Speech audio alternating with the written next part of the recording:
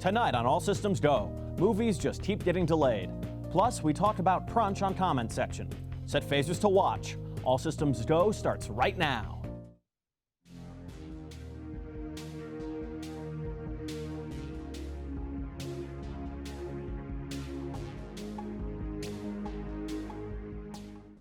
Welcome to All Systems Go, the best show on TV too. That's what my dad says anyway. I'm Nathan Welsh, your host tonight. Now, I know we hate hearing about delays, but we gotta do it. Yes, COVID-19 continues to wreak havoc on the movie schedule for next year. No Time to Die is now coming in April, Dune is pushed to next October, Matrix in December, and Batman in 2022. In response, theaters are closing and studios are losing money hand over fist. Once we get to the other side, we could be looking at a very packed blockbuster season. Marvel Studios is looking to release a movie every 2 months next summer. Of course, this is all assuming there are no further delays. So, Jeremy, are movie theaters going the way of the dodo?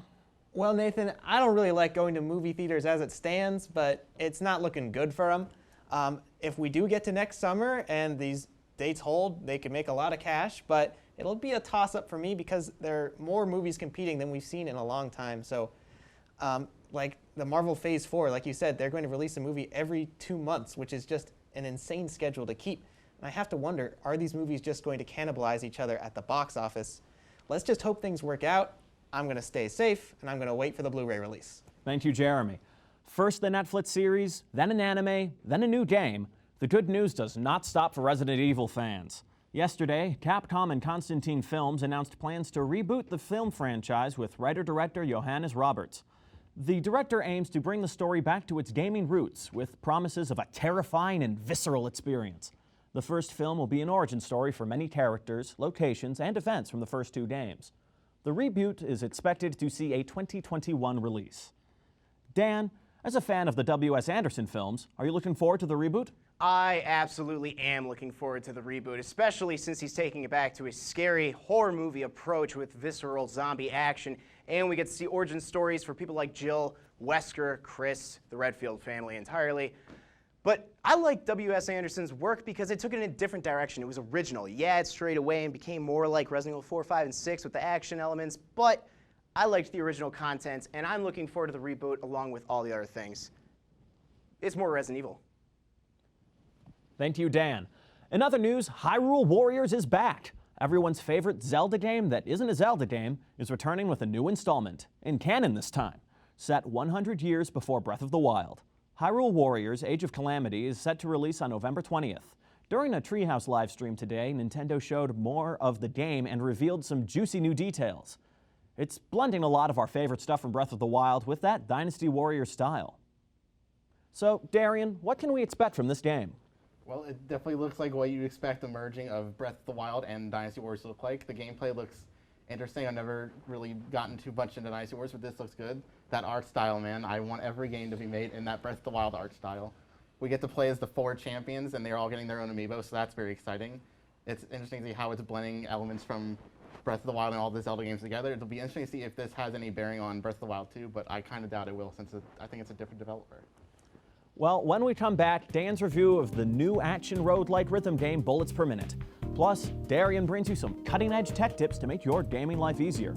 All that and more when All Systems Go returns in 2 Shades of a Lamb's Tale. Ever wanted Binding of Isaac to be more like Doom, and Dark Souls, and Dance Dance Revolution? Yes? Well, then you are a very unique viewer. Let Danimal's review of BPM show you your new addiction. You know, I think I can count on one hand how many times Zero Punctuation has made a video just to give a game a glowing review, so I was immediately intrigued to hop on over to the Steam store and buy myself BPM, Bullets Per Minute. And my initial reactions were, dear gosh dang hot dogs, this game is hard. It's like if you were to take The Binding of Isaac, Doom Eternal, and DDR, put it in a blender, and then throw it all over the walls so it looks like Quake. And the soundtrack definitely puts you right on the hype train to get you ready for some fast-paced, energized dungeon crawler shooter. But the game is unrelentingly difficult, and man oh man, Danimal does not back down from a challenge challenge, especially when my fun bone is tingling or my shooty sense is vibrating. Okay, enough. The introductory moments to the game are brutal, but the game quickly rewards your perseverance to try to learn. But then it recognizes your dedication to learn the game, and it straps on its big boy boots and kicks you hard in the shins and tells you to learn harder. BPM is relentlessly unforgiving, and if you die, you're back at square one with nothing to show for it but another tally towards your losing streak. And I've got enough of those. You have to battle your way through randomly generated dungeon rooms filled with creepy crawlies, occasional mini bossies, and one big bossy. And while it is difficult, it is fun. It's a rhythm shooter, so your success depends on how well you can groove, move, jump, shoot, and reload all to the beat of the game's hard rockin' soundtrack, and you collect points and multipliers the longer you stay on rhythm, and it punishes you when you misstep. Similar to how the composer for Batman Arkham Asylum created a plethora of scores from the same essential chords, each stage, boss, and equipment room has its own unique musical style that's a variation of the game's core rhythm. And BPM also tries to tailor the music to your gameplay just like Mick Gordon did for Doom 2016. And while the soundtrack is a head-banging centerpiece essential to the game's core concept and design, I may have liked to have heard a little more variety in the intro level now and then, because after I died and died and died and died and died, I wanted to step off the hype train just so I could step in front of it, because the intro song became an anthem of my failure. Also, something important to keep in mind, the rhythm is not actually indicated by the in-game music, but by the markers coming at your crosshairs, so no matter how much you're feeling it and you're trying to boot, shoot, and boogie, things are going to go from really great to really terrible the second that bats are regurgitating acid at you and you lose your cool and your gun isn't firing because it wants you to shoot on the downbeat and you figure out you have to press reload more than once and you're panicking because you have to go all the way back and hear that intro level music again. Or you go into the settings menu and turn on auto rhythm, which makes the game easier. You just have to admit defeat, suck on a pacifier, and ask the game to stop kicking your shins so you don't have to follow the rules of the rhythm. And while this makes the game a lot easier, it also in turn sacrifices a lot of its identity and becomes a generic, dirty-looking retro first-person shooter, and that's no fun. So if challenging gameplay and stress-induced strokes are something that you enjoy, I would highly recommend checking out BPM, Bullets Per Minute. It is unrelenting, unforgiving fun. And I suck at it. 8 out of 10. Here's Darian with some hot tech tips to make things easier. Keep in mind that All Systems Go takes no responsibility for any results of the aforementioned hot tips. Hi, I'm Darian from All Systems Go, and this is a hot tip, giving you the tips to step your game up. Has this ever happened to you? I want to play some Spider-Man, but I can't seem to find my PlayStation 4 controller. Well, don't worry, because there's a very simple solution to this problem. All you need is an Xbox One controller. Make sure it has a micro USB port at the top, and into that port you're going to plug the USB cable from your PlayStation 4 system. And then, simply turn the controller on. It may take a few seconds, but eventually you'll see that the controller is connected. Now you simply have to press the X button, or in this case, the A button, then press it again, and just like that, I can play Spider-Man the way it was intended to be played. Because the Xbox One controller and the DualShock 4 have similar button and stick layouts, the PlayStation 4 will read this as a DualShock 4 controller. Anyway, I hope you've enjoyed this episode of Hot Tips. Thanks for watching.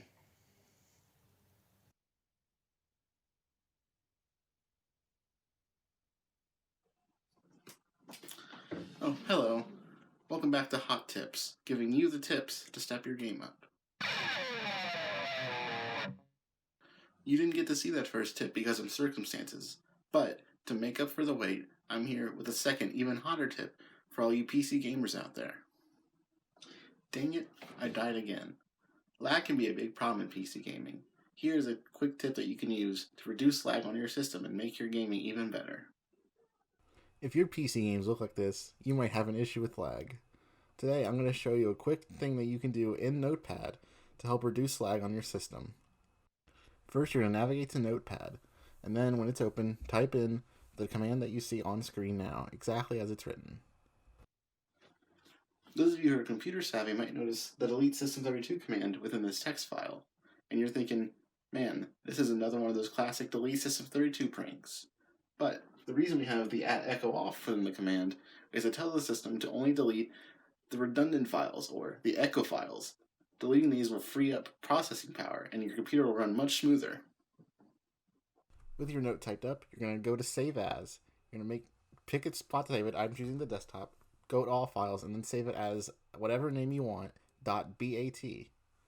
Now the file is named and saved. You'll see it pop up on the desktop. Simply double-click to activate it, and voila, you're done. And just look at the difference. The footage on the right is way smoother and way more responsive. You'll definitely be killing those monsters now. I did it. Another successful run. Anyway, I hope this tip helped you reduce lag on your PC system and really step your gaming up to the next level. As always, my name is Darian from All Systems Go. Thank you for watching, and stay tuned for any future episodes of Hot Tips. Coming up after the break, Darian, Jeremy, and Dan discuss the culture of crunch on comment section. Don't call in that nuke just yet. All Systems Go will be right back. Crunch. It's not just a chocolate bar. It's also a thing that happens in game development a lot. Developers are stretched their limits, putting in hundreds of hours to finish games like Red Dead Redemption 2 or Cyberpunk. Is crunch a necessary part of game development, given what we know about how it's like long and expensive and everything? Is it necessary? What I was thinking about is those stories last year coming out around Anthem and how, the whole studio of BioWare was built around this idea of the BioWare magic. And it would always be like a total mess before then. And then they just magically pull it together. Just seems, from the outside, very unhealthy. It happens a lot, as we're seeing with Cyberpunk. They're saying, look, we really, really didn't want to do this, but just the way we made this project, unfortunately, there's no other option for us right now. I believe crunch time is a very important part of the development process because it really puts people into that fight or flight mindset. While it's not the absolute best for the game's development in the long run, because crunch time and fast production and rush processes usually leave a lot of errors within code, which leads to problems in the game and updates that need to be pushed out the second that the game is released.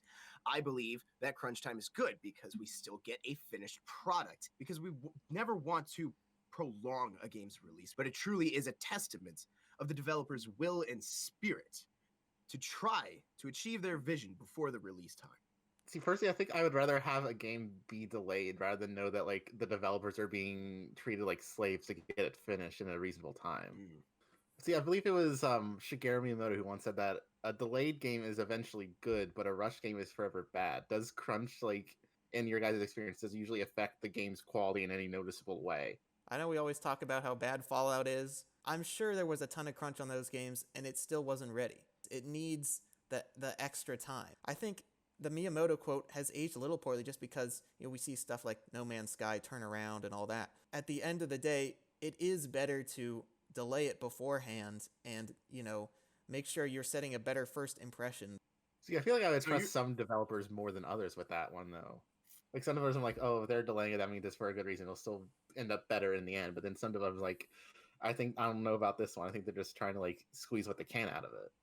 Next question. Do consumers have the power to, like, make a meaningful impact on the culture of crunch? Will they even use that power anyway? Or do they just, like, accept it? Yes, I fully believe that consumers do wield the power to make studios go into that crunch time because they're demanding so much more. I don't think they realize the level of commitment and work that is actually needed to create that end-piece masterpiece. And I feel like the blame falls on the developers for allowing consumers to have that much power over them. I always see whenever they're like these tweets saying, oh, this studio is crunching, this is doing XYZ to their employees, I always see replies from people who go like, well, it doesn't matter to me. I only care about the finished product. If consumers as a whole just decided they didn't want this practice to continue, or they just felt like it was important, I think they could, because, vote with your wallet. You can only keep giving them information about what's going on and hope that you change their mind, but it's impossible to force someone to care. In gaming especially, I see there's a lot more of really headstrong brand loyalty. Like, there's a big audience of consumers who will, buy every NBA 2K game, buy every Madden game, buy every Call of Duty game, even no matter how the games are turning out, even though NBA is basically a slot machine with a game attached at this point, people still buy it every year. So is crunch mostly the fault of the studios demanding too much of their employees, or the fault of the consumers demanding too much from their games? I think it's everything we talked about. It's a combination of factors. It's studios setting unrealistic goals. It's consumers expecting things at a certain time. It's shareholders expecting things to be released at a certain point. But it's ultimately just a combination of all those factors that makes this culture so, I guess, viable, but it's not viable for employees. They're being treated like dirt, so. I don't think that it is the company's fault. I believe that developers are taking too much time initially in the beginning phases, as you should, but they should not be blaming the companies that they work for that crunch time because of the process that a game goes through. It still comes down to the capabilities of what the developers could do and chose not to do. Then I would say, why would about- you have the studio head of Cyberpunk saying, this is all my fault that we're crunching, I fully accept responsibility? If what you're saying is true, he would have said, well, these developers couldn't get it done in time. When BP spilled all their oil in the Gulf, the head of BP stepped up and said, I'm sorry. He took the blame because it would not look well for him in the public eye to be like, hey, I had nothing to do with this. It was people down there. They spilled the oil. It's not good. And you need to look good. I mean, CD Projekt Red does seem to be a little bit more like consumer friendly than most developers anyway. Because That's they're because like, they're Polish. They have different Yeah. rules over there. they're like, oh, we're gonna pay all of our employees overtime. They're getting 10% Yeah. of all the profits we generate. Like they're doing it That's- the right way. I That's think. like Well, the law of their country, though. You would hope that people just treat their employees better because it's the right thing to do. But you know, whatever solution gets us there, if it has to go through Congress or something, God forbid. But I That's think why we need unions. just because Yes. something is part of the job doesn't mean it should be, and it doesn't mean employees don't have the right to speak against it. That's what I believe.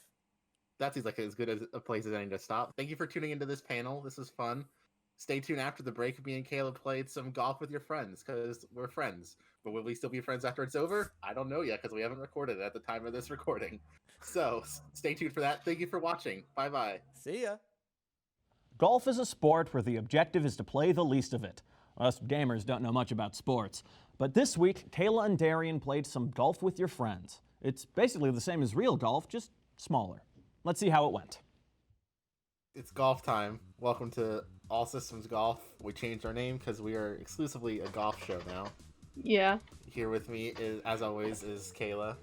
we're gonna play everyone's favorite autumn sport, golf. Mini golf, to be exact. We're gonna play on the classic map, Haunted. Ha! Just in time for the spook season.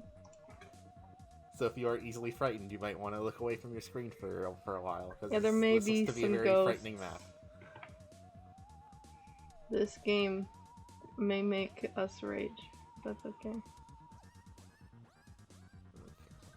I've never Easy. played this before. So this Easy is gonna be, hole-in-one. It's time to learn. It's gonna be an easy hole-in-one. Alright, maybe not. Right about there. That looks good. Nope, that was not good. That was too much. I I did got a make it to hole par. 2 though. I'm getting a head start. I made it to hole 2. There you go.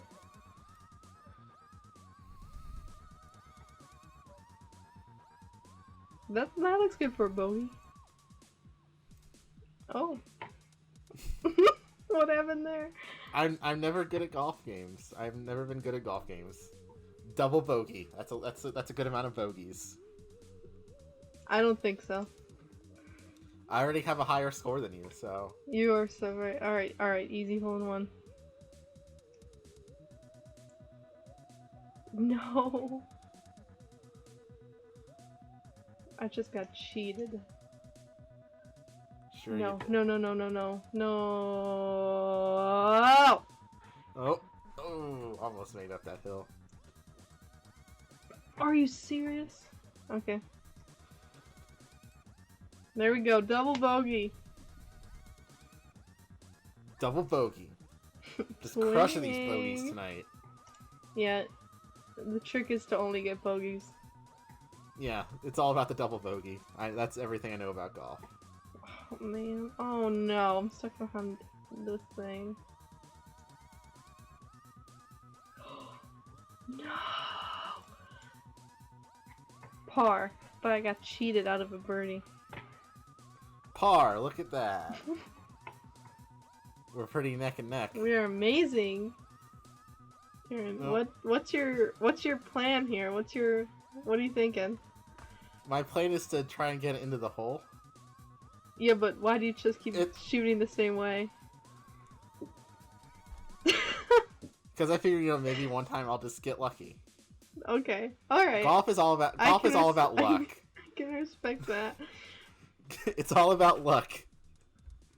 You don't have much. You don't have. You have one attempt left. You got it.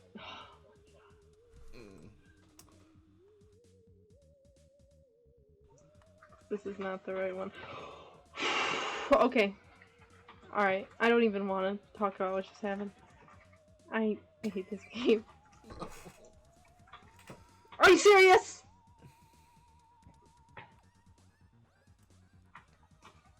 Come on.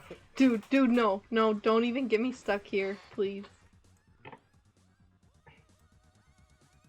Please. Oh, come on. Please. Oh my god, dude. There we go. There we go. Easy peasy. Nailed it the first Easy. try. Yep. Easy hole-in-one. Hole in one after you already are lined up with the hole. Then Boom! really Right easy there! hole. Hole-in-one. Nice. Let's go.